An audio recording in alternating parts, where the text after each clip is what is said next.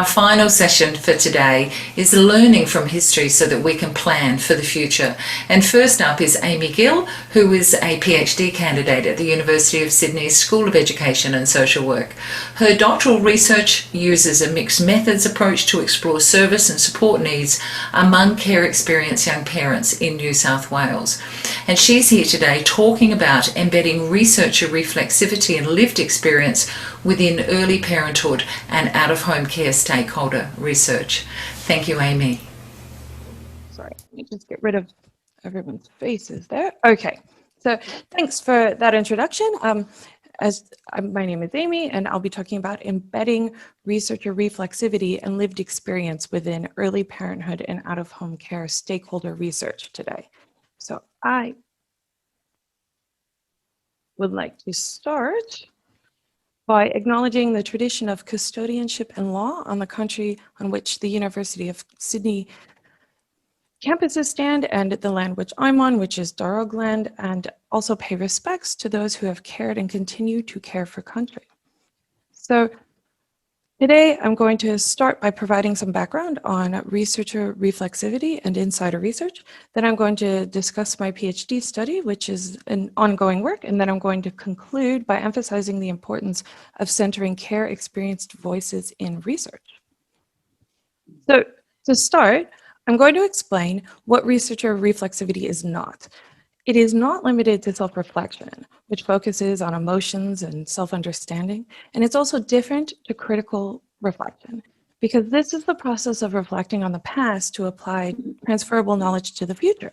But researcher reflexivity involves ongoing and in-the-moment consideration of personal identity, life experiences, values, beliefs, tacit or implicit knowledge, emotions, and power dynamics, how these influence research design processes and outcomes. Researcher reflexivity is also important to research quality. Transparency can enhance credibility and trustworthiness of research, and engaging in reflexivity also tends to promote personal growth, which then helps us to become better researchers. So on a related note, sharing an identity or lived experience with participants is known as insider research. This familiarity may increase sensitivity to the data. It can also clarify implied meanings, which might be unknown to someone without that lived experience, and bring awareness of facets of the topic or phenomena to address. But on the other hand, insider research can lead to over-identification with participants, and it also runs the risk of losing focus on aspects the participant considers important if we're either centering what resonates with us or avoiding what might be triggering. So insider researchers must make decisions about how and what to disclose because what we share influences the data we collect. Self-disclosure can be beneficial as it demonstrates respect for participants. It may increase rapport, it might enable a deeper examination of the topic, and it also might enable shared understandings with participants. So for me, my positionality statement is about my PhD topic, which is early parenthood within the context of out-of-home care. And my familiarity with the topic comes from spending my adolescence in out-of-home care in the US. Many of my friends became mothers in care or shortly after exiting, and now their children have nearly grown up, whereas I only recently became a mother during the course of my PhD. So this is an ongoing mixed methods study. It follows a sequential explanatory design, which includes an exploratory study followed by in-depth interviews. The overall aim is to explore stakeholders' views of services and supports for care experienced young parents here in New South Wales. My research question is, how do services in New South Wales respond to young parents who are or have been in care? Who are the stakeholders in this research? Well, as I mentioned before, I conducted a small survey of out-of-home care professionals and foster and kinship carers. But today, I'm going to be talking about the interviews I'm presently conducting. So to date, I've conducted 14 interviews, and this includes a much broader range of stakeholders. The majority have either been Out-of-home care or aftercare service providers, as well as service providers in the area of young parent education and mentoring, but other stakeholders have been from early intervention, legal advocacy, and mental health services. And last but not least, I've interviewed one foster carer of a young mom and 2 young women who became mothers shortly after they exited care. At the start of each interview, I briefly mentioned that I'm a mother and I have a care history. So next I'm going to talk about the reflexive themes within these interviews. One reflexive interview theme is establishing rapport. In the first example, a young mom described how she felt after I mentioned that I had a care history. She said, "There is a lot I do not have to explain to you, and there are parts that other people could never understand." So by being open and honest about my own experience, participants were hopefully encouraged to do the same in the interview. Then in the second example, where it says C1, a foster carer and I established rapport towards the beginning of an interview by identifying a shared anxiety around communicating with service providers due to a fear of child protection intervention. And I said, I find myself having that fear too, that fear of intervention from child protection. It kind of stays with you. So again, by being open and honest, it hopefully encouraged the participants to reciprocate that. The second reflexive interview theme I have so far is about facilitating shared meanings of out-of-home care. So in a few interviews, professionals have disclosed that they too had a personal child protection history. In this example, a professional and I are reflecting on how our lived experience of care can enhance one's ability to connect with young people. But again, only if the professional processes their own trauma first. So through the course of our discussion, we came to a greater understanding and a shared meaning of what it means to be someone with lived experience working in this field. And it is also an example of how in dynamic interviews, participants may flip the script and challenge the interviewer to consider their own perspective by asking questions. Because at one point in the middle of this slide, it says, you would even know, like you would have done, you would have your workers that have reached you and workers that haven't done that, right? So the participant was then challenging me to think more critically and reflexively about my own experience. So my final reflexive interview theme is power dynamics. Researchers should aim to diminish power imbalances during qualitative research and interviews in particular. Power it's variable, it's complex, it's intersectional, but specifically the example I chose to share today is showing my efforts to give further recognition to a young mother's reflection on her need to prove herself when speaking to authority figures as a young person in care and as a young mother. In this interview, I repeatedly found myself deviating from the interview schedule because the young mother was offering so many thoughtful and complex responses to the topic. So when I commended her for being so articulate, she responded by saying, "You have to learn how to articulate yourself, as they say, eloquently. Otherwise, you can be deemed, hysterical." So we unpacked that a bit further in relation to the need to prove yourself to the person you're speaking to. And this example about power dynamics, it also attests to my complex identity as a researcher. So in this research, I'm able to relate to participants due to some of my lived experiences, having been in care and being a mother, but plenty still sets me apart. Namely, I didn't become a mother in care or even shortly thereafter. I didn't become a mother until much later in my life and in the process of doing a PhD, so a very different context. So this is a good example of what Dwyer and Buckle define as the space between, which contends that researchers can never be fully insiders or fully outsiders.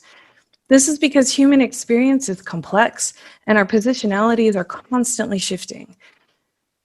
when doing research, the process, the academic knowledge that comes from familiarity with scholarly literature, as well as a university affiliation, they all have impacted my social status. So rather than focusing on the insider-outsider continuum, Dwyer and Buckle stress that it's far more important to just be open, honest, engaged, and try to offer an accurate and adequate portrayal of participants' experiences as a researcher. So in conclusion, I'd like to discuss the importance of centering care experienced voices within research. Firstly, opportunities for self-advocacy within research can be empowering for participants and researchers alike. This can lead to meaningful input from care experienced people to guide policy and practice improvements. Furthermore, care experienced young people deserve opportunities to share their views on the topics which are affecting their lives. And ideally, participants should be included throughout the research process. Unfortunately, I've been unable to do this in my PhD for a number of reasons, which I don't think I really have time to get into. The main one is simply identifying young parents who have a care experience here in New South Wales.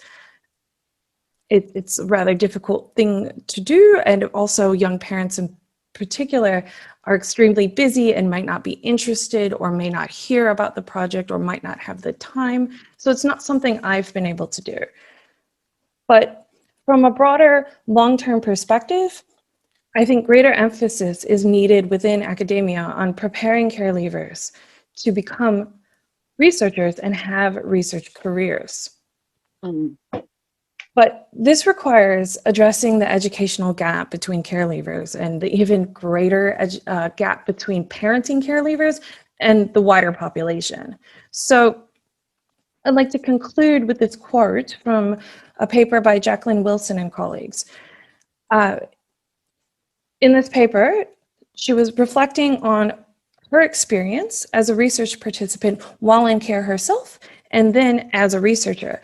And it highlights the importance of the full, equitable inclusion of care leavers in research teams as designers of research projects and full partners in conducting the research so that they can develop the skills and research networks to lead their own projects in the future. So hopefully this is something that we'll be moving closer to and more of in the future. And I will stop sharing my screen now. Thank you. Next up, we're going to be hearing from Meg and Fran. Meg Schwartz is the Project Officer for Forgotten Australians with Helping Hand Aged Care's Real Care the Second Time Around project, and that's quite a mouthful. She also identifies as a Forgotten Australian. Meg holds a graduate diploma in counselling and psychotherapy through the University of Adelaide. Meg's background is in project management and community engagement, working primarily with special needs population groups, including culturally and linguistically diverse communities and people with disabilities. Fran Lovell is Program Manager for the Real Care the Second Time Around project, and she has a background in policy development and implementation in the fields of aged care, primary care service reform, Aboriginal and Torres Strait Islander health service development, rural health and population health initiatives. Fran has worked across the Australian Government Departments of Health and Community Services, non-government organisations and aged care providers.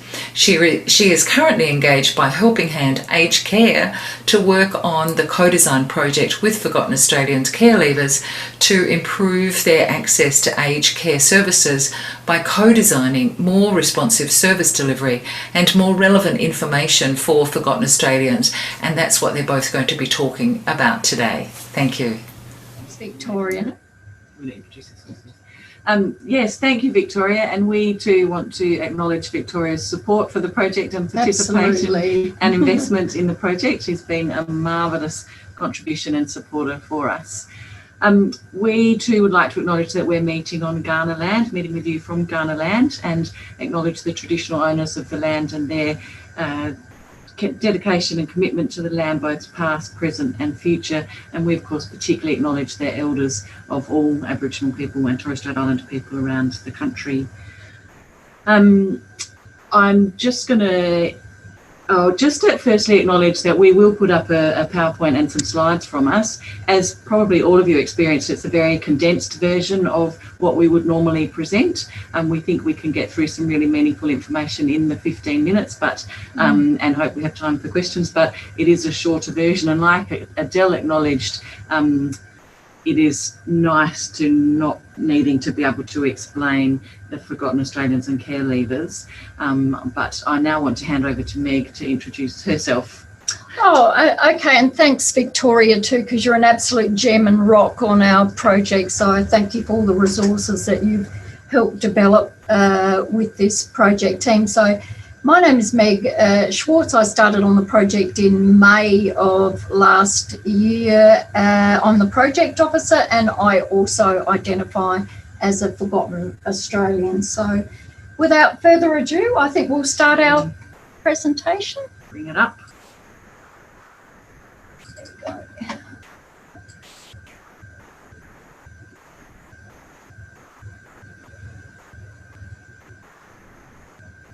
Okay, now start it from the beginning. There we go. Thanks, Meg. So yes, our project called the Real Care the Second Time Around project aims to respond to the needs of the aged care needs, particularly of Forgotten Australians and care leavers, and that's the two of us that have introduced ourselves. Today we want to give a brief overview of the project, talk about the co-design forum with whom we've worked throughout the project and the priorities that the project is addressing, the outcomes that we've come across from the project for Forgotten Australians and care leavers and aged care providers. We'll touch a little bit on the evaluation, but also on the key messages that are coming from the project. The project's funded by the Australian Government from June 2019 till June 2021. We've partnered and worked quite closely with the Flinders University Department of Rehab and Aged and Extended Care within the College of Medicine and Public Health. We've also worked with Relationships Australia, who run Elm Place, which is one of the Find and Connect services in South Australia. And we have a steering group and operations group that is also supported by other aged care providers, including the one that Victoria works for, another aged care provider that does predominantly residential care, whereas Victoria does predominantly community care, and the major aged care rights advocacy service in South Australia as well. As we said, the project aims to respond to the needs of aged care Forgotten Australians through a number of priorities. The project began really aimed at the aged care sector to say, you need to think about ways to be more responsive and more accommodating for the needs of Forgotten Australians and care leavers as they get older. And we've done this through resource development, both for Forgotten Australians and care leavers and the aged care sector. Particularly for Forgotten Australians, this was through a series of forums and workshops that we will talk about more, and how we've improved awareness and hopefully accessibility to the broad range of aged care services. We've got a number of resources and presentations aimed at raising awareness across the aged care sector. And along with our partners, both Flinders Uni and Relationships Australia, we've looked at a piece of research that resulted in a production of safe and inclusive aged care practices for aged care services, and we're developing with RASA and trialling trauma-informed care training developed specifically for aged care providers. So at the commencement of the project, or probably 3 months into the project, we established a co-design forum of people who identified as Forgotten Australians care leavers, and we did that in conjunction with Relationships Australia. And as Fran mentioned, they're one of the Find and Connect services around Australia, here in South Australia through Elm Place. Initially, we had up to about 16 people who primarily came as referrals from RASA, but clearly other avenues as well. We are up to about 20 now, and every workshop that we have, we normally get about 75 to 80% of participants from the co-design forum. So we met with the group through using a range of narrative approaches, which is one-to-one meetings and forums. to explore their priorities or their voices, because that they were the voice of this project at every level or every step. So we explored their priorities in accessing aged care services and support. So the forums and workshops, these constitute one of those priorities. So we ran a range of forums and workshops right from the start, and the main ones that were identified were advanced care planning and developing an advanced care directive. So we developed a partnership with University of South Australia and their Social Justice Department, a wonderful lady, Margaret Brown, who ran 3 workshops, and that culminated in probably 65 to 70% of the group finishing an advanced care directive. We won't be able to elaborate on that because there's another story to that. We also established a partnership for the enduring power of attorney with the Adelaide University Law School. At the same time, they were writing some recommendations for changes to the Power of Attorney Act. So they ran a workshop for our group. And also an aged care and disability workshop where we had a cast of thousands, about 7 providers from the aged care and disability sector. Some wonderful things came out of that because we were able to refer many of our group to the Aged Care Navigator trials, to carer support services, to Commonwealth home support providers and home care package providers. Another one, which was a really high priority, was right at the start, this group said, we want a 1-page profile or summary of our support needs on 1 page. And it was called an About Me 1-page profile. It's a well-known document. It heralds from Helen Sanderson and Associates UK. It's a person-centred tool and is used widely around the world, specifically in the NDIS or disability sector. It's not been used too much with mental health, but it really worked well. We had a 3-hour workshop that we used a facilitator by the name of Susan Michael, and I'll just take you onto the next slide. So for those of you that have never seen an About Me profile, very, very briefly, this is our lovely poster boy for Helping Hand Aged Care, and he is one of our forgotten Australians. Essentially, it captures all the things that are important to a person, all the things that they need to support them in a summary and based as a reflection of their past experiences. So we are actually developing a resource. A resource is being done. It's a 25-page document. It will be circulated widely throughout Australia. It also contains 4 of the profiles developed from forgotten Australians who were part of this co-design forum. A range of project updates so that we evaluated all these workshops along the way. Also lived experience training. 5 of our co-design members completed lived experience training, and we also have another 4 that have finished via RAS or Relationships Australia lived experience training as well. So those people have now finished that training and they're ready to now go out and present their stories and connections to groups. We recently had a residential aged care facility site, so we did a pre and post evaluation after that, and that was excellent feedback that we got from that. And all this will be written up in our last newsletter for the project in May, June this year.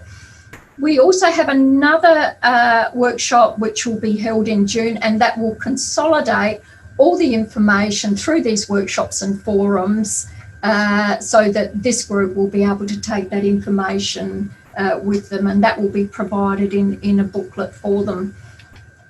So raising awareness, we have done copious presentations to a wide range of groups since the inception of this project. But raising awareness through aged care providers. So during the COVID period, that was mainly via Zoom. Recently, we've been able to get out and about. Also delivered training to the University of Adelaide nursing students. We are now guest lecturers with the University of Adelaide second term final year students, a syllabus Forgotten Australians Care Leavers. Hospitals and allied health providers, we've done that. We're also doing more presentations to medical specialists in August, July and August. We are part of a national network of Forgotten Australians. We meet regularly every month or 5 weeks. Helping Hand Aged Care know about Forgotten Australians, care leavers now, and also a series of webinars that we were fortunate to be part of, OPAN and the Australian Association of Gerontology, and still many more presentations to come till the end of the project. Another priority of the project was resource development. So we have now just finished our top 10 questions for Forgotten Australians. And these are the 10 questions that literally came out of 3 pages of questions that were identified by this group, encapsulated into a little brochure, not so little, top 10 questions. And they are the questions that our group, or Forgotten Australians care leavers per se, would ask aged care providers before they even entered an aged care service. And one of those questions clearly is, do staff here know who Forgotten Australians care leavers are? Are you trained in trauma? We also have just finished another resource. It's about 25 to 28 pages, and it is called Practical Tips to Assist Aged Care Providers to Engage with Forgotten Australians care leavers. And that's a very user-friendly resource, and that's got case studies, it's got who Forgotten Australians care leavers are, it has barriers to support, and also tips for aged care providers to overcome those barriers to support. And my very learned friend Victoria Cornell is co-author on that document, so many thanks to Victoria. Another one which is almost ready to go, and that's the practical tips to developing about me, or one-page profile for this group, and also contains information about a program which might not be well known to you, but it's called My Home Life, and that's the use of image cards to strike up conversations, and it's worked very well with this group. So I'll just pass on to Fran. One of the next priorities was our work with Flinders University, who was conducting some qualitative and quantitative research and interviews with Forgotten Australians, their supporters and service providers to this group about their perceptions and access and barriers to accessing aged care services, which resulted in the production of a report, or a number of reports and articles really, but the report aimed at the aged care sector is the Safe and Inclusive Aged Care Practices for Aged Care Providers, that resulted in some 48 recommendations, but 10 of which were kind of identified as appropriate and relevant for immediate action. And we have been able to incorporate most of those 10, as well as some of the other 48, in some of the practices we want to trial at Helping Hand. The first emphasis was on the intake and assessment questions to ask people. When we started the project, we realised that, I think we knew before then, we probably didn't know of Helping Hand's sort of 2,000 residential clients and 3,000 community clients, how many identified as Forgotten Australians, because people didn't really ask. And when we teased that back down the pathway, assessors didn't necessarily ask either, whether that's home care or residential care. So we were able to get some access to the assessors, the body that provides the training to the assessors, and the department who develops the forms for the assessors. That one's coming up, we haven't got there yet, to start looking at what sort of ways can you ask people whether they identify as people who've been in an orphanage. And the questions on the screen are the ones that came from the report done by Flinders University that we are trialling at Helping Hand, or trying to build into the documentation at Helping Hand. And we also consulted with an advisory group of people who have worked with people from trauma, and the key messages we got, or I took from them, was you do need to ask these questions and ask them early, because it shows as an organisation you're aware, and that was a big feedback from the co-design group. We want people to be aware of who we are, and it shows that you care, and it also shows that you understand people might not want to answer that quite right now. You can ask them, would you like to discuss this now or further down the track? But it does show that you're aware and you care. So we're trying to build those in a little bit more. One of the other recommendations that came from that report is that staff in aged care need to be trained in trauma-informed care and trauma-informed care practices. And this was already a component of the project, which was why we partnered with RASA and Flinders University. But what we've been able to develop now is, in the process of developing and trialling, is a training module that is being developed by RASA with input from Forgotten Australians and ourselves. And it's going to result in a 1.5 hour e-learning module that will be available for all staff. And we're going to trial it at both a residential site and home care site. But the structure of the training is that the leadership teams from any site would do that training first, the online learning module, and then they would be supported by some face-to-face training from RASA and the training body that would kind of do a debrief with them from the e-learning, have a lived experience speaker present who is also filmed as part of the e-learning, and other resources available, including videos and frequently asked questions. So the leadership team, having done the e-learning, will then have this debrief and some learning on how to use these additional resources, so that when it comes to the on-the-ground staff, they too complete the e-learning module and then debrief with their managers and co-managers using the resources that are left behind in that model. And those resources will be additional videos, additional frequently asked questions, and work with Forgotten Australians and care leavers who have completed that lived experience training that Meg talked about in the beginning. Thanks, Fran. So the outcomes from the project, clearly the outcomes are based on feedback from Forgotten Australians care leavers, and clearly from our aged care and healthcare providers. But from all the evaluations that we have done with our wonderful group, they've indicated that there's been increased understanding and awareness of the aged care and disability sector. They've got resources to support decision making and care planning through top 10 questions. There's been healing and also huge skills development through the lived experience training, and more to come as this group is able to present their stories. Increased confidence through connections, contributions, validation and involvement in activities.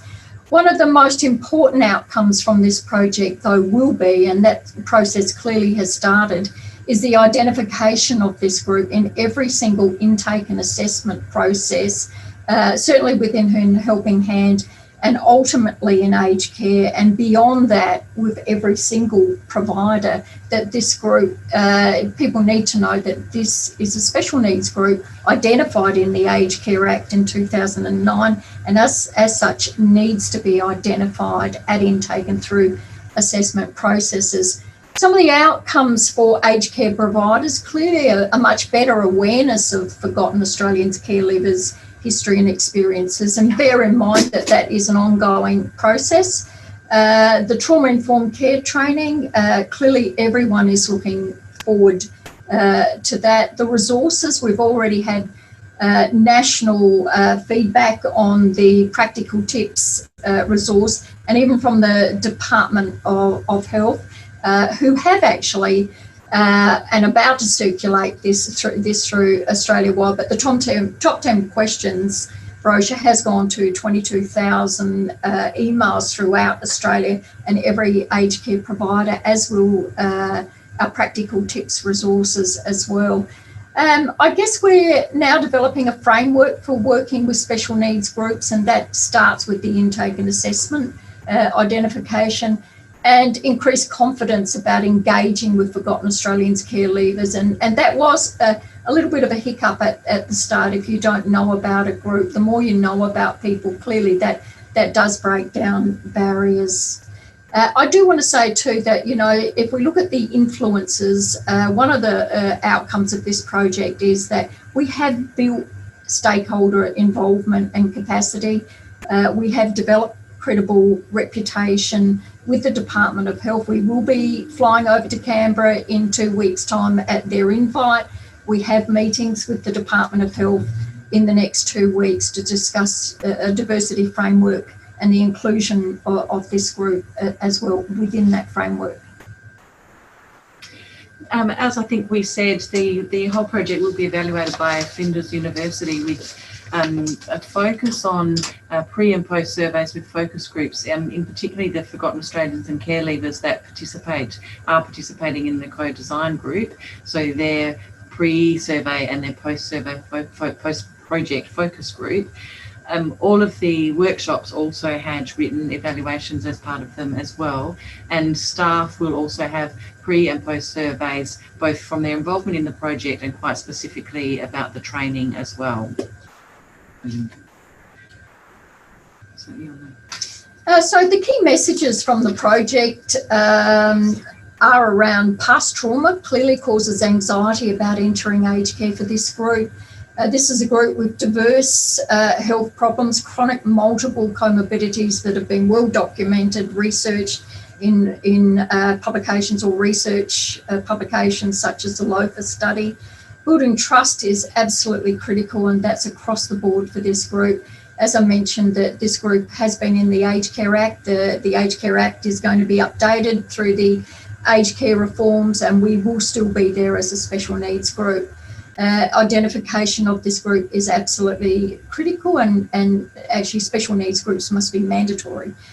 Staff training, trauma-informed care, that is now a movement, around Australia. And, you cannot provide real person-centred care unless you understand the person and their history and their past experiences. This is a list of resources that we refer to quite often. I won't go through them all now because I think we're coming to the end of our time, but we certainly can provide them. And we'd just like to thank you and acknowledge that we do want to become a nation that cares and protects for our children so that we can deserve to be referred to as a nation. Thank you.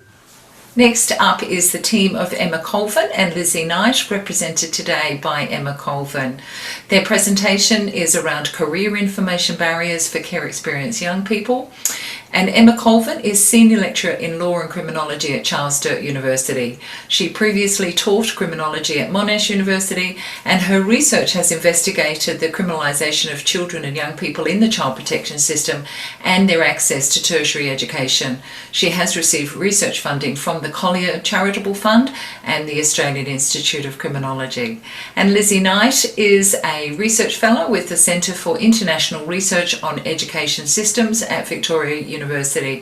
She has a PhD from Monash University, for which she explored change in marketing messages about higher education. Lizzie has worked as a professional careers counsellor and was a research fellow at Monash University prior to her present position. So let's listen to Emma Colvin. Thank you.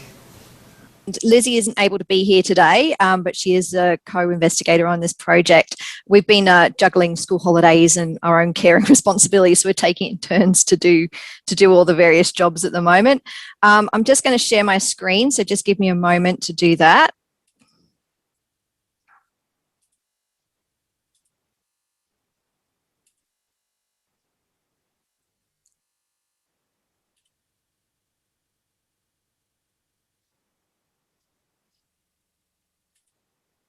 All right, hopefully you can see the presentation format of that. Brilliant. Okay, so I'd just like to start by acknowledging country. I'm on Wiradjuri land here. I'd like to pay my respects to elders past, present and emerging, and extend that respect to any First Nations people present today. Just to let you know that I'm also really pleased to be a part of this initiative. I think this is a fantastic initiative. And I'm really thankful that I've been invited to be a part of it. Our research has been invited, we've been invited to talk about our research as part of this. So thank you very much.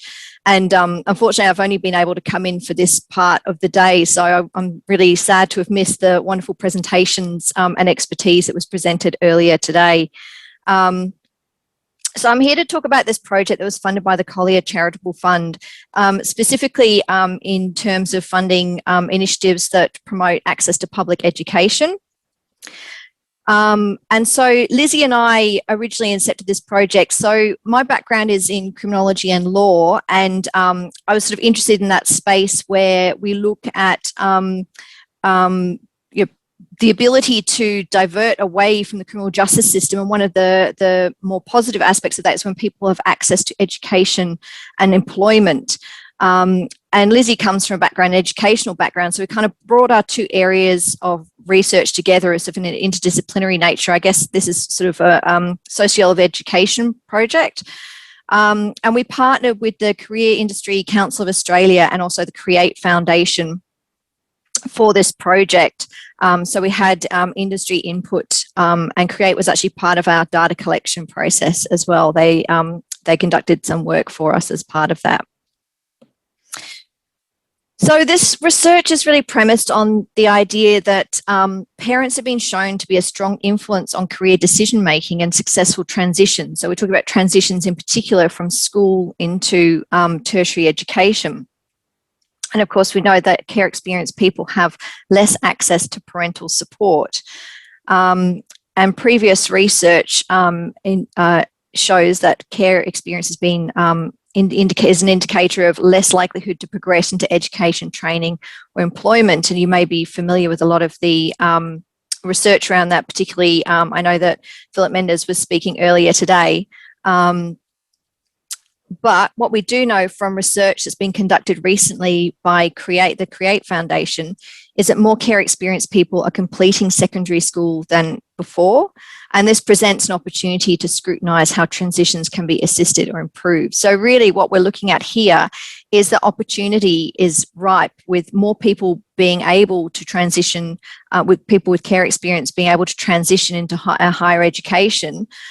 We want to look at what that experience is like and how that might be improved to give people better access to higher education. Of course, all those opportunities that relate to being able to access higher education as well. So what we did for this project, we had several different methods that we employed. So Create conducted a website search for us, and in particular, looking at university marketing and student support. So they collected the data and created a table that showed whether or not there was information specifically provided to people with care experience, what kind of information that was, how easy it was to access that information, and then what information was available about support services, either generally or if there was any information specifically targeted towards people with care experience. We also conducted semi-structured interviews with equity and diversity staff at Australian universities and marketing staff at Australian universities. And we also spoke to people who represented organisations that provided support and advocacy in the community to people leaving care. And lastly, we did a survey of career practitioners, so people who tend to provide career advice that might be in schools or more broadly as well. And what's really, I think, important to note here is that this project itself is a top-down. It's looking from the top-down approach in terms of information, transition information, the way it's transitions are understood, the way people understand the experience of people who've been in care. And we actually designed the project to be a two-part project. So one part was to be a top-down and one part was to be a ground-up approach, which is where we'd actually speak to care experienced people who have gone through that transition. But that part wasn't funded, unfortunately. So this is very much a top-down approach and talking to people who are providing support, but not actually directly speaking to people with care experience themselves. And this study focused in particular on school leavers accessing university. So we also understand more broadly that there are opportunities to widen the research in this area to look at people who are transitioning to university at any stage in their life, but also to other forms of tertiary education such as TAFE as well. But we, for the project, this particular project, we narrowed the scope of the project to school leavers accessing university. So we had some key findings as a part of this project. The project itself has recently completed, so we actually presented our final report in February this year. And we were pleased that Andrew Harvey, who's done a lot of research in this area, launched our report in February. So it was really great to have that opportunity to present the research and liaise with some of the participants of the research, to show them what had come out of it, and also where we can go to from here. So what I really want to do for this presentation is just to talk about some of the findings and open up a discussion, perhaps from your own questions, your own experience about this as well. And I'd like to also say, you know, the transition of this session into Joanna's session next is going to be fantastic, because Joanna's going to be we're going to perhaps be looking more at the dearth of support and resources here, and Joanna's going to be talking about where there have been positive initiatives. So it'll be great to see what Joanna talks about next as well, contrasting to what we're going to be talking about here. So first of all, what we did with the data that was collected by CREATE when they went onto the university websites to see what information was supplied there, was we created an infographic. Now I'm just going to switch my screen to share the infographic that we created. And it is, so hang on, I'm just going to have to switch that. Hopefully you can see it's not ideally presented in this format, but what I've done as well is we've got a link to the website we created for the project, and you can download the infographic and the final report there, and I'll provide the links in this at the end of the presentation as well. But essentially what we did with this data is we looked at, so we've got the research here, we've got 50% of care leavers now finish year 12. This is research from the CREATE Foundation, but only 32% commence further education. So what we tried to look at here was looking at some of the obstacles and how that came out of the data that we collected from that website search. So a lot of it was about not being routinely provided information, that targeted information for care experienced people was not really there as well. It was only primarily, you know, no information. A lot of universities just simply had no information whatsoever. There was some limited information, and there was a small pocket of universities that actually had quite detailed targeted information as well. But in the main, we found that really universities were not targeting information to care experienced people. But also in terms of the supports that people might need transitioning from care to university, we found that there wasn't really a lot of information available about finding support with accommodation, and you know, a general assumption that people already had accommodation in place and they were to transition to university as well, which, as we know from a lot of people leaving care, particularly where care ends at 18, is that can be quite an insecure transition in terms of housing especially. Particularly also in relation to equity scholarships. And again, you may or may not be aware, so the Bradley report set out, which is a report on disadvantaged groups in Australian education systems. It looks at groups of disadvantage, and it doesn't include people with experience of the out-of-home care system as a particular group. So therefore, a lot of funding is directed specifically to these particular groups as named in the Bradley report.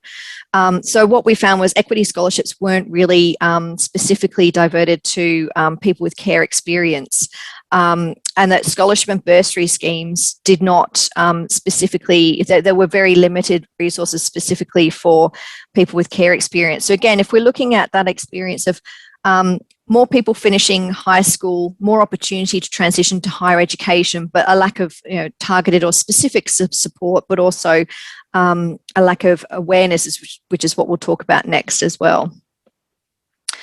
Now I can just see there's a couple of things in the chat, and I wasn't sure if I need to just have a look at those now. Can't seem to bring up the chat function. It's all good, Emma. Carry on. Okay, brilliant. Just let me know if there's a question I can answer straight away. Okay, so just moving back to the slideshow, so away from the infographic.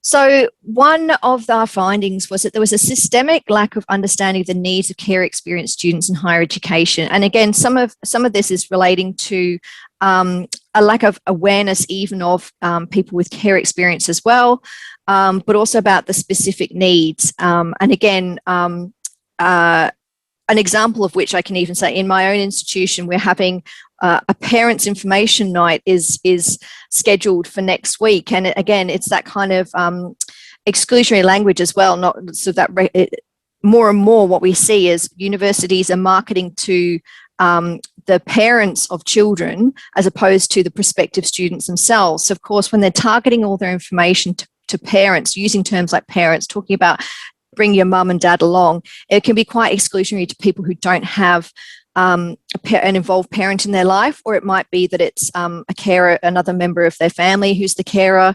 But even just small nuances like that showed like a sort of a lack of recognition. But what we had here as well is in terms of, so when I've got the names here, Charles and Camilla, obviously this is actually quite unusual that these two names appear directly together, of course, the royal family connection. What we did with our interview participants is the ones who are care support workers, their names, the pseudonyms we gave them began with C, and the ones from higher education, the pseudonyms we gave them began with H. So these two people here are people who work with people transitioning out of care. And so again, Charles here is making the point that because of disruptions in their lives, that people can make it all the way through primary and secondary education and really have not achieve the goals that schools set out and assign to students, but it doesn't necessarily reflect on intelligence and capabilities either. And again, I think some of the research from Andrew Harvey talks about the resilience and strengths of people who've experienced the out-of-home care system and what they can bring in terms of their strengths and resilience to their higher education isn't necessarily captured in the way that schools are assessing people, particularly people who've had extreme disruption. And again, Camilla echoes this about the changing placements and the disruption there as well. And I guess what we saw from the career practitioners, didn't really recognise, a lot of them were not aware of this, but particularly if they're talking to kids in school, if they're practicing in schools, that they might not be aware of how disruptive life might be and all the other associated challenges that people might have been through. And again, I saw in the previous presentation that information about the impact of trauma on people is quite important here as well, that a lot of people are not aware of the impact of trauma and how when they, in their professional practice, are engaging people who've had significant traumatic backgrounds, that having some information and education around that would be really helpful to the way they respond to and provide advice in that respect. So another finding was that there was a significant gap in post-school transition planning for young people with care experience. So again, this is all about transition. So when people are leaving care, a care plan might be looking at more immediate kind of, I guess, what we call survival needs. So where is the young person going to sleep that night? How do they get food? All those kind of things. And again, it's focusing perhaps on the survival needs, but not the aspirational goals. And yes, obviously, this is a period of quite often it can be a period of turmoil in that transition and a lot of uncertainty and insecurity. But I guess what was coming out of our research was that it doesn't mean that you have to sacrifice the aspirational goals as part of that. And in fact, in some cases, people gave examples of where that had provided people an anchor to hold on to, is this like possibility of being able to go to higher education, gave them a transition path that gave them some more certainty as well. Hattie noted that there was a level of resistance in a sense of people saying, because it's such a transitional stage and because people might be in a very chaotic stage of their life, that maybe it's not the right time to be helping people to transition to higher education and providing career planning and aspirational goals. But really, the people we spoke to felt that this attitude needed to change, that actually it wasn't necessarily the right place. Although it came from a good place, it was quite paternalistic to not offer children the opportunities or talk about those aspirational goals, even when in a time of crisis or uncertainty as well. We also noted that there were multiple significant barriers to accessing appropriate career information for care experienced young people. And this was really relating back to some of the findings that we present on the infographic as well. But this is where we, from our survey of the career practitioners, that they themselves didn't have access to particular resources, let alone the ability to then pass those on and have open and frank discussions about options and pathways, etc. And what we do know as well is that universities do have more pathways into higher education than they did several decades ago. And so again, being able to talk to young people about how to transition through perhaps non-traditional pathways wasn't necessarily linked into the experiences that people were having leaving care as well.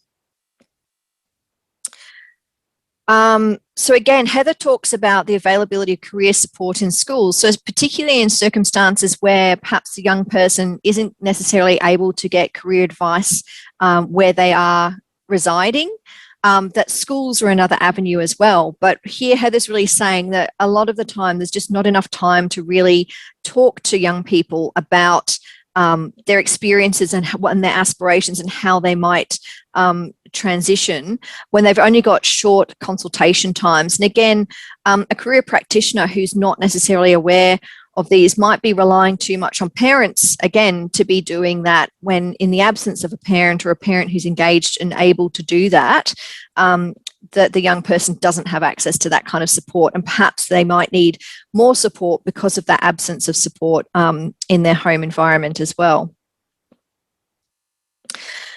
So again, another access to information was the institutional provision of information. And this really comes from the information that universities provide. And here Hayden's talking about the fact that agencies providing support and assistance for young people are not getting the information from universities themselves.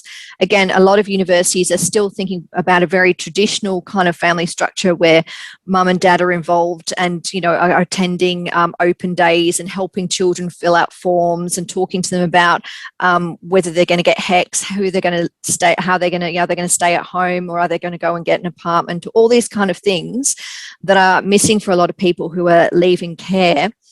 And that the universities are still not really understanding that. So again, I draw back to the example of the fact that there's a parents' information night at my institution that sort of, you know, it's really shows a lack of awareness as well in that sense.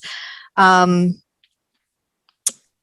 then just moving on, because I think I've reached my I've reached my 20 minutes. So just some suggestions for practice is that we should there should be provision of career development resources to carers, and that career planning should be part of transitioning out of care, so those aspirational goals. Career practitioners should be informed about trauma and the impacts of trauma.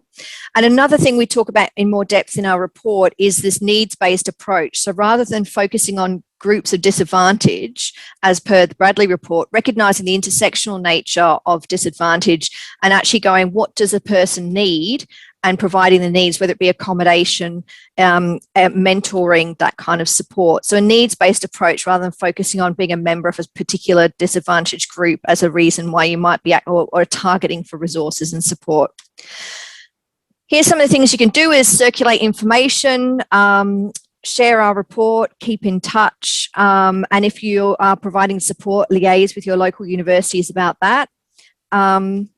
I've got questions and comments, and just my last slide is also the link to download the report and the infographic and our contact details. So thanks for listening, and do you have any questions? Thank you very much. Welfare. And Joanna has an extensive experience in managing and auditing a variety of programs in the health, human services, education, local government and environment sectors. And I'll hand you over to Joanna, but I think, Emma, you will have to stop sharing your screen first. Thank you. Thanks very much. Thanks, Victoria, and I'm really delighted to be here. Thank you all so much, and great segue from Emma, so that was terrific. Thank you. So I will now endeavour to share my screen. Let's just, here we go. Can you see that all right? Yep, all good. Thank you. Okay, good.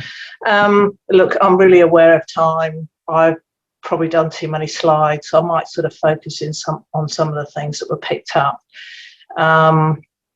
So yes, raising expectations. We have been around for just over 5 years now. I would just like to acknowledge that we are meeting on the various lands of traditional custodians and pay my respects to past, present and emerging leaders. I am on the land of the Wurundjeri people. So what we know, this isn't anything new to any of you here, low educational expectation, aspiration for children and young people in care, compounded by disruptive learning, and the effect of and lack of understanding of trauma on learning. So clearly that's been an issue that's raised before. Also, as Emma raised, until very recently, the 1st of January this year, when there has been a policy change to extend care support to young people in statutory out-of-home care in Victoria to 21. Prior to that, there was the abrupt cessation of care on or before the 18th birthday. And basically that means with the limited post-care support, the prospect of further education is negligible. And as Emma touched on, leaving care planning was patchy at best. If anything, it was just about crisis. So there was no planning around education or even the consideration of it. As a consequence, few care leavers go on to higher education after leaving school, compared with 40% of the general population aged between 25 and 35, and that's Australian Bureau of Statistics statistic. There's obviously significant social and economic barriers and lack of the right support in getting to TAFE and university. I think the last comment actually in the chat was about the lack of data. So there's no federal or state data collected on care leavers studying at TAFE or university. So in effect, that means this whole group is invisible, which makes it very difficult to know the numbers you're dealing with and also to support that student group if you don't know where they are or who they are. And as I think was also mentioned previously, all these barriers perpetuate intergenerational disadvantage, involvement with child protection and poverty, and missing out on TAFE and university just denies or excludes care leavers from the kind of lives that we aspire to for our families and our own children. So currently in Victoria, we've got over 12,000 children and young people in care, 50,000 across Australia. Homelessness is 35% in the first year of leaving care. Young people with a care background are overrepresented in the youth justice system, and young people who are Aboriginal or with a disability are also overrepresented. I'm not going to go through all the dot points there, but suffice to say that it's not a good start for many young people to be able to go on to further education. I'm happy to share these slides afterwards, by the way. So this is a cross-sectoral collaborative model. Raising expectations is all about getting young people in care and care leavers into TAFE and higher education. It's a partnership between the Centre for Excellence in Child and Family Welfare, who I work for.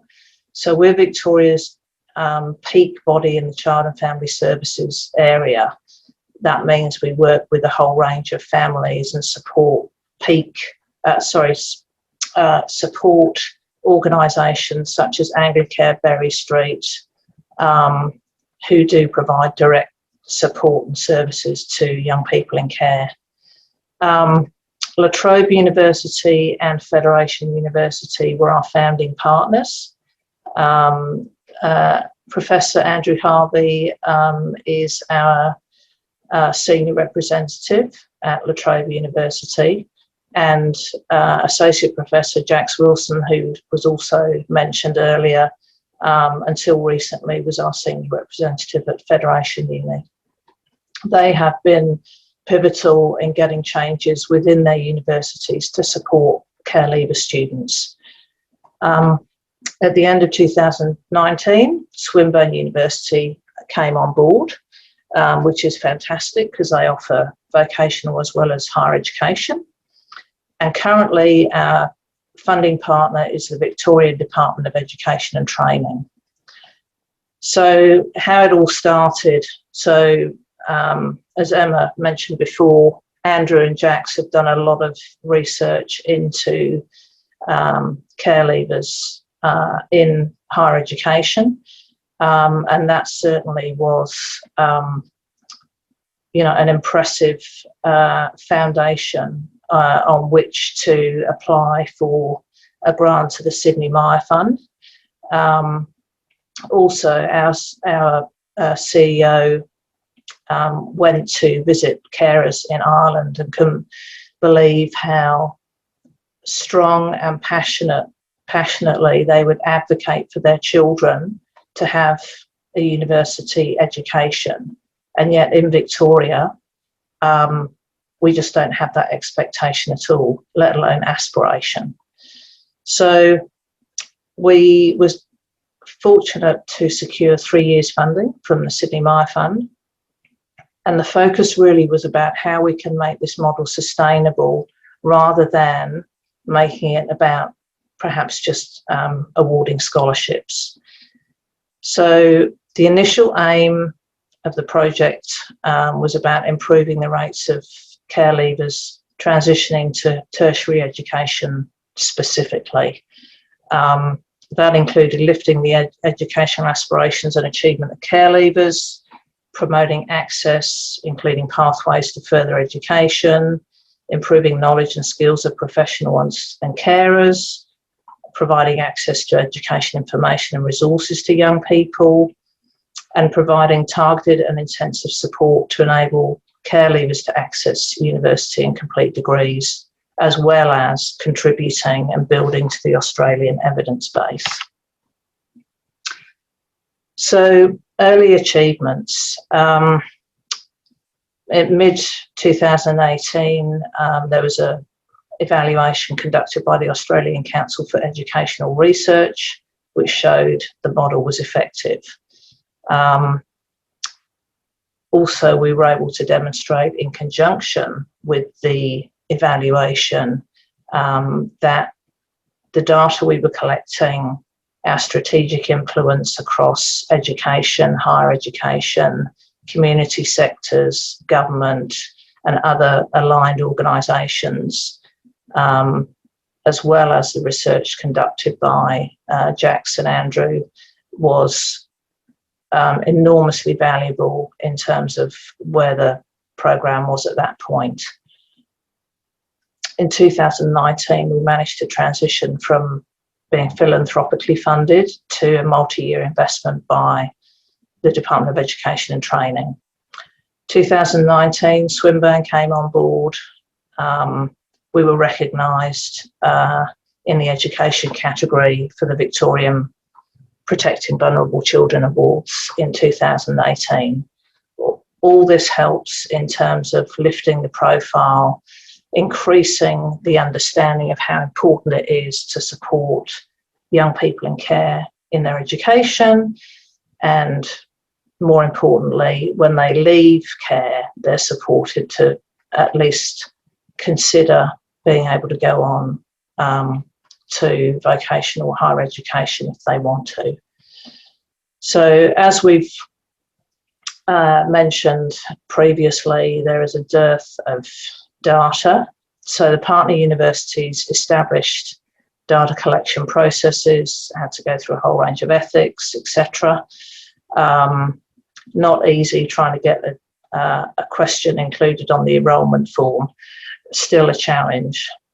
La Trobe in particular lobbied hard to get VTAC and the Special Entry Access Scheme to identify care leavers as a specific category.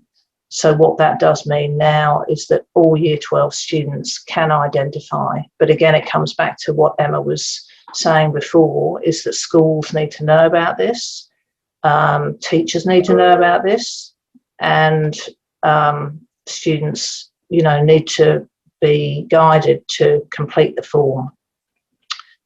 So there's clearly some challenges around data collection. It relies on self-identification, changes to enrolment forms. There are differences in the way young people in particular, or not just young people actually, any individual interprets care. So, we've had more mature care leavers, not until fairly recently, have actually realised that their background means that they are a care leaver. Over time, the numbers have grown. So in 2015, aggregate higher education enrolments at Fed Uni and La Trobe Uni totaled 43. In 2021, we're looking at about 400 students. That's with about 100 completing. And we know there are many more at other TAFEs and universities in Victoria, and I would imagine across Australia as well.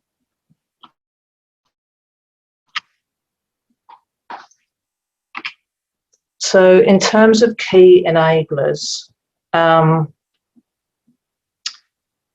it's been huge, frankly. This program has been huge and probably not dissimilar to the Helping Hands program that was presented on earlier, because we're trying to build, we're trying to change policy, we're advocating to change policy, we're trying to shift systems, change processes, increase knowledge, increase awareness.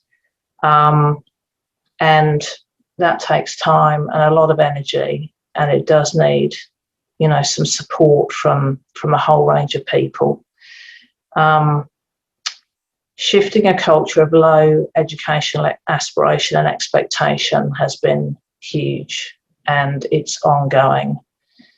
One of my roles is to present. I present to a whole range of different workforce groups, and I can remember going to present to a huge room of resi care workers, and I was talking to them about, the importance of encouraging young people in care to aspire to going on to further education and higher education, and they looked at me as if I was completely mad. 4 years on, things have changed. Things are really starting to change now. And on an individual basis, providing that wraparound support at university is really important. Before I just go into, I'm hoping these snippets will work. I think one of the key things, and again, Denise mentioned this actually.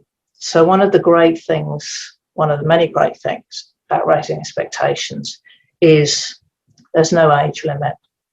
Doesn't matter how old you are, because it's not a case management program. It's about us trying to support you at TAFE or university, or any other individual who wants to attend. It doesn't matter how old you are. It's about you being there and you pursuing your dream. And we've got some fantastic stories on our website, which are testament to that. It doesn't matter what kind of care you've been in. I don't know if it's the same in other states, but often eligibility is determined by the type of care. That doesn't apply here. and it's about you can re-engage at any time. You don't have to do it straight from school. Now, I'm not sure if I'll just play Sarah's, because let's see if everyone's different. I think believing in yourself and just knowing you can do it, I think that's huge. I know from my personal experience, the system kind of tears you down and makes you believe that you can't do things, or puts a label on your head that you're just a ready kid, or you're just that, or you're just this. But the fact is, you're not. You're anything you want to be and anything you want to become. You just got to work really freaking hard to do it. I think it's really individual. Sorry, it's all gone a bit mad. Let me just turn that off. Sorry, technical hitch.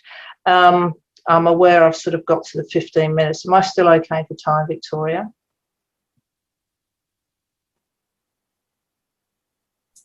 Yes, fine, Joanna, just for a couple more minutes, if that's okay. Okay, yeah, sure, okay.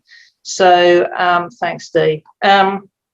So look, I guess one of the other key things that's helped us get to the stage where we've got a level of sustainability with investment by government.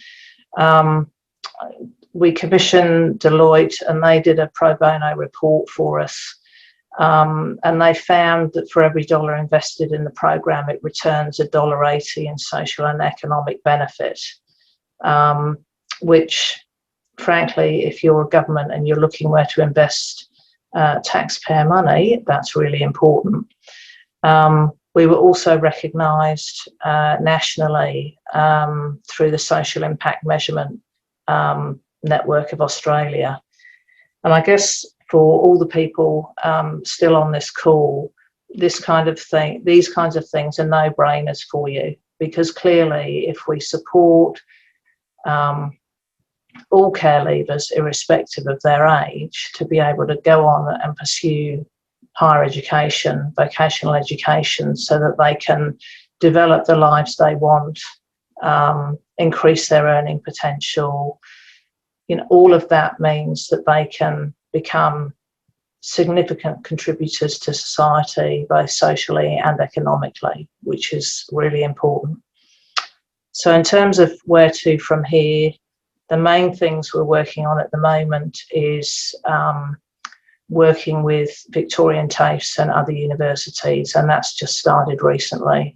We've just established a TAFE network, and we've got a lot of enthusiasm and interest, so we're hoping that that will continue, and we can increase the level of support for care leavers at TAFE and higher ed. That's it. I feel as if I've raced through that. It's okay, that's great. Well, hi everybody, and welcome back. I want to make some further comments about this particular symposium, which I think has been absolutely fabulous, and we'll do that at the end. But I don't like saying last but not least, because I think, and to say that we've kept the best till last, it disengages or is unfair to those people that preceded it. So I won't say either. I'll just say that it's lovely that we've got Denise Brooks with us, who is the author of JD Survives the Home of Many Mothers by JD Collier. The book forms part of Denise's Master of Professional Practice in Creative Writing and recounts Denise's experience in the Goodwood Orphanage during the 1950s and 1960s. With a Master's in Public Health, Denise has considerable professional experience initiating and working in a variety of environments, health programs for local, state and federal government. And it's great that you could be with us there. And it's great that all of your technology is working as well. So well done. Go for it. Thank you. So can you see me now? Oh, we can. Okay. Looking good. There I am. So, yeah, okay. Just trying to position myself a bit better. Yeah. All right. Yeah, to begin with, I'd like to acknowledge that I am on the Gubbi Gubbi people's land, and acknowledge those of past and present. So interesting. I would like to talk about care leavers as not just our generation and not just the new generation that are coming on, but the generation of the care leavers. Because I believe that, like, I'll give, for instance, my example is that I've come from 3 generations of people that have been institutionalised, and each of us have had our disadvantages. So therefore, we've got intergenerational disadvantage. So there's been a huge bolt cutting thing that I've needed to cut in the chain of intergenerational difficulties. In Ireland, they actually also refer to providing care not only for care leavers, but also the children and the grandchildren of the care leavers. And I would like to speak on behalf of my family in that regard, in that even my great-grandchildren or great-nieces are still experiencing very high impact from the disadvantages that my sisters and family have experienced. To start with, I was born in Victoria. Dad used to work in the paper mill over there as a carpenter. He took us across to South Australia because there was no work in Victoria anymore. And Mum and I actually followed 18 months later. And then not long after that, my mother had experienced from her own care a lot of mental health issues, including institutionalisation into mental health facilities, which I've only in the last 10 years or so found out her records and background. And she's suffered a heck of a lot, so she was unable to pass anything much on to us as children, and that's why we were in the orphanage. So we had living parents, but they weren't functional parents that were able to provide the support that we needed. I was in the orphanage from the age of 2.5 till 12. Came out of the orphanage at year 12. Met some kids up around the corner that also were in the Goodwood orphanage with us. And their mother ended up with my father, and we created our own orphanage once again. With that came all the impacts of the negativity, especially with another family that had actually been in and out of orphanages a lot more and had experienced a lot more life experience than we had, and were therefore able to introduce us to a lot more disadvantaged experiences than we possibly needed. They will all be in my second book.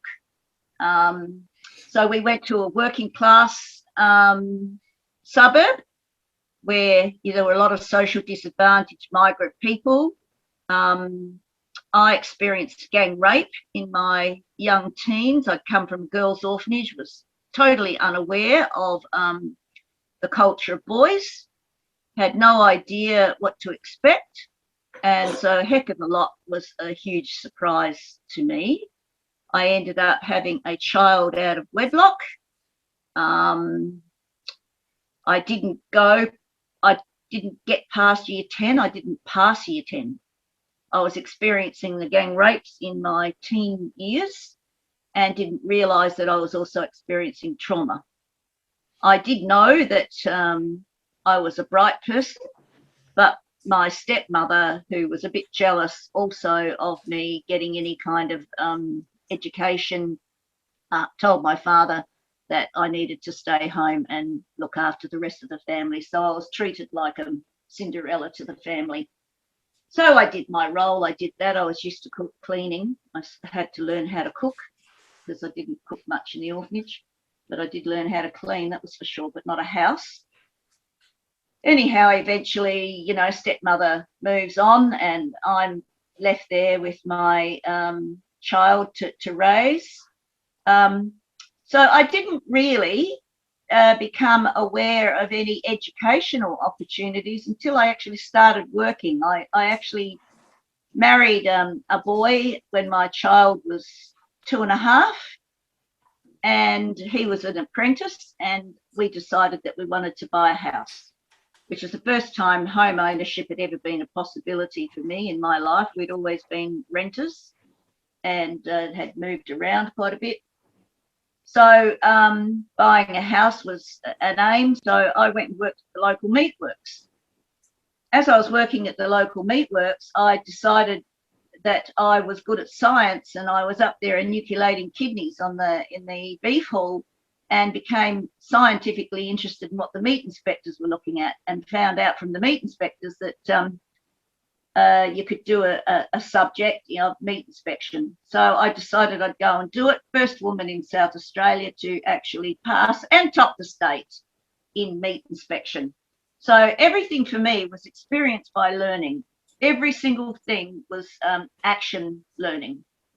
So basically I could learn on the job. I could learn about physiology and anatomy, and understand a lot of the medical terminology.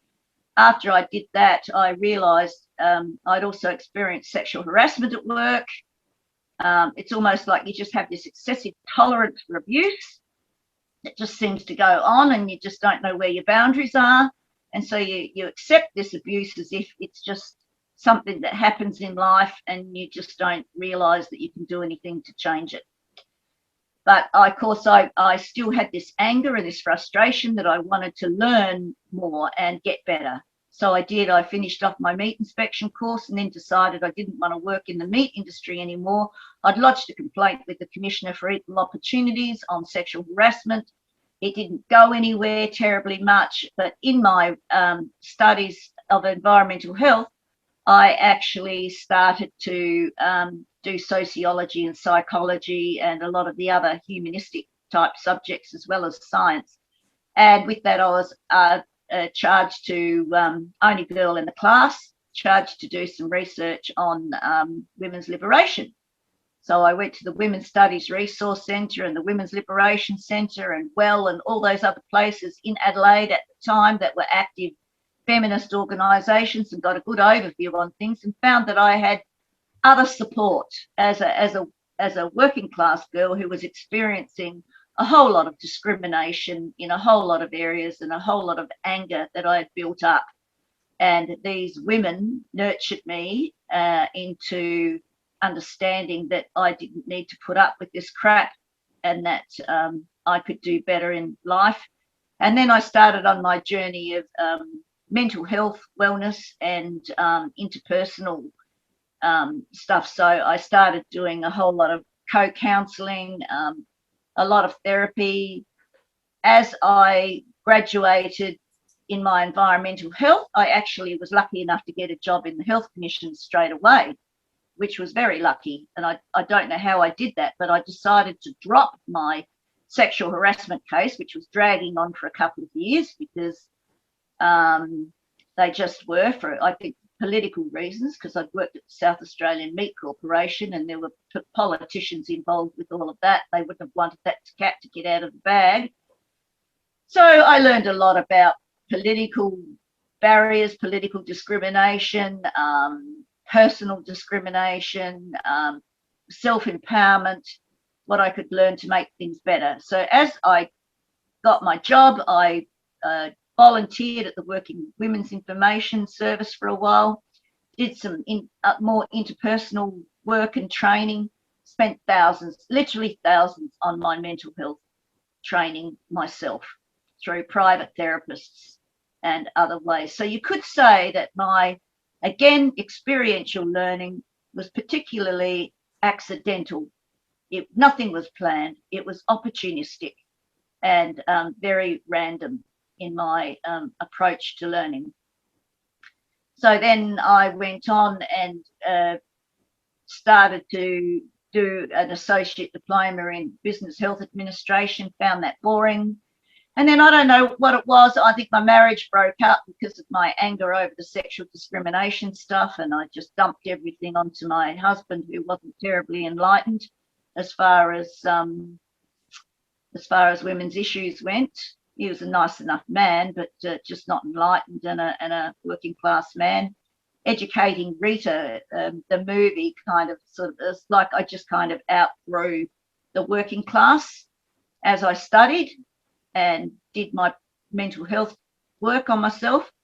And so I ended up picking up and coming to Queensland to live. And once I left Adelaide was where I did my real true inner work and did some really great stuff on emotional release counselling and therapy, which you'll find a lot of in my book on JD Survives the Home of Many Mothers. There's a lot of my artwork and insights in that. Also, this book only goes to the age of 12, but it shows that, and I did it from the voice of the inner child, because I just felt that a lot of organisations, everything that I hear today is really wonderful. It's great stuff. It's all top-down approach stuff, except, I mean, you do hear from, you know, the care leavers, but it's all after the fact. This one, I particularly wanted to focus on the voice of the inner child, to really show that feeling of what it was like as a child. And the only way I could do that was through the therapy and inner work that I did. So that was a huge journey on its own. Then I decided, I remember walking along Frome Road when I used to go to the dental hospital for the in the orphanage. I'd walk along there and see the university and things, and just didn't think, just thought it was just way out of my league, just something I didn't understand. It was just a whole other culture of stuff that I just did not know. And then somehow when I came up to Queensland and started to get in touch with a bit more of my academic ability and intellectual interest, I decided to actually I got frustrated with some of the systems. I became very interested in community development, community participation and empowering people, and found that no one was listening to me. And then it was only one day somebody said to me, you need to be doing a Masters of Public Health. Thank you. Why didn't somebody tell me that before? I feel like I've been screaming out into the universe and nobody's been hearing me. Okay, I'll go and do that. Again, all self-funded, all paid for by myself, no access advantages or anything into uni, but I did extraordinarily well in my Masters of Public Health. I then found that I had the confidence, as I had a Masters in Public Health, to also be able to be listened to and taken a lot more seriously with what I had to say. At the same year, I had started a grad dip earlier at the Central Queensland University and postponed it to complete my Masters of Public Health. I went back and asked how many more subjects I needed to do, and they said one more, and I graduated in the same year with a Masters of Public Health and a graduate diploma in management from Central Queensland Uni. And then during my environmental health studies, I worked in local government quite a bit, worked with community consultations, learned a lot about how community processes work, needs assessment, you know, analysis, yeah. And that empowered me to see the kinds of things that are needed. And it's so great to see everybody working on all those policies and strategies and planning now. It has been a long time coming, and it's been a really long, slow journey. Anyway, what else was I going to say? Oh, yeah, so then it wasn't until I retired. I could say, though, I struggled. I struggled as I worked. I was still angry at times. I had difficulty relating to some people. I think I was a bit of a loose cannon, especially because some organisations would have had or people in organisations would have a great mistrust of my exposing things that they were doing that they should be doing. But of course that angle was there because I'd grown up in an institution where I'd seen all these bastards doing all these things to us as kids, and it was like, bugger it, I'm an adult now, I am not taking this shit anymore, and I don't play games, and I don't play corporate games, and I don't suck up to people. So that really stuffed up my career. So I actually disgracefully left my organisation in the long run because they had tried to goad me. I had actually repeated a relationship with a like person to my nemesis of a nun who had been very difficult to me and in my book.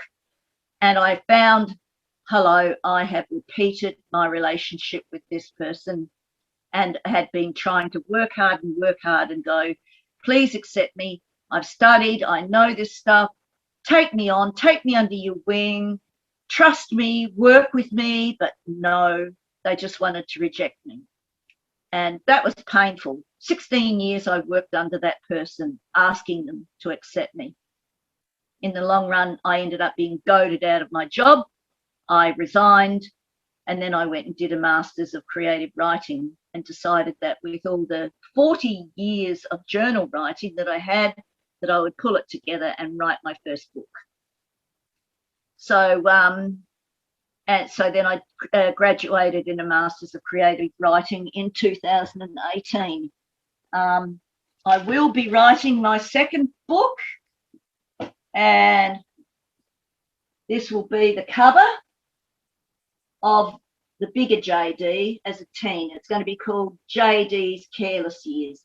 If you look, you'll see a ghost of my mother up in the corner there. You'll see JD as an older, angry person. You'll see the background to the working class suburb that I grew up in, which kind of reinforces my environmental interest. My dad died of lung cancer and was a difficult man, but yeah, he worked in that Port Adelaide environment. And then you'll see the black dog, and you see the church in the background and the rosary beads with that still that impact and that influence. So that's the next book on the go. And I am just really hoping that whatever I do, that I am able to role model, that I am able to help people with what I've done, and certainly happy to contribute wherever I can to encourage others to get a better opportunity, hopefully an easier opportunity than the struggle that I have had.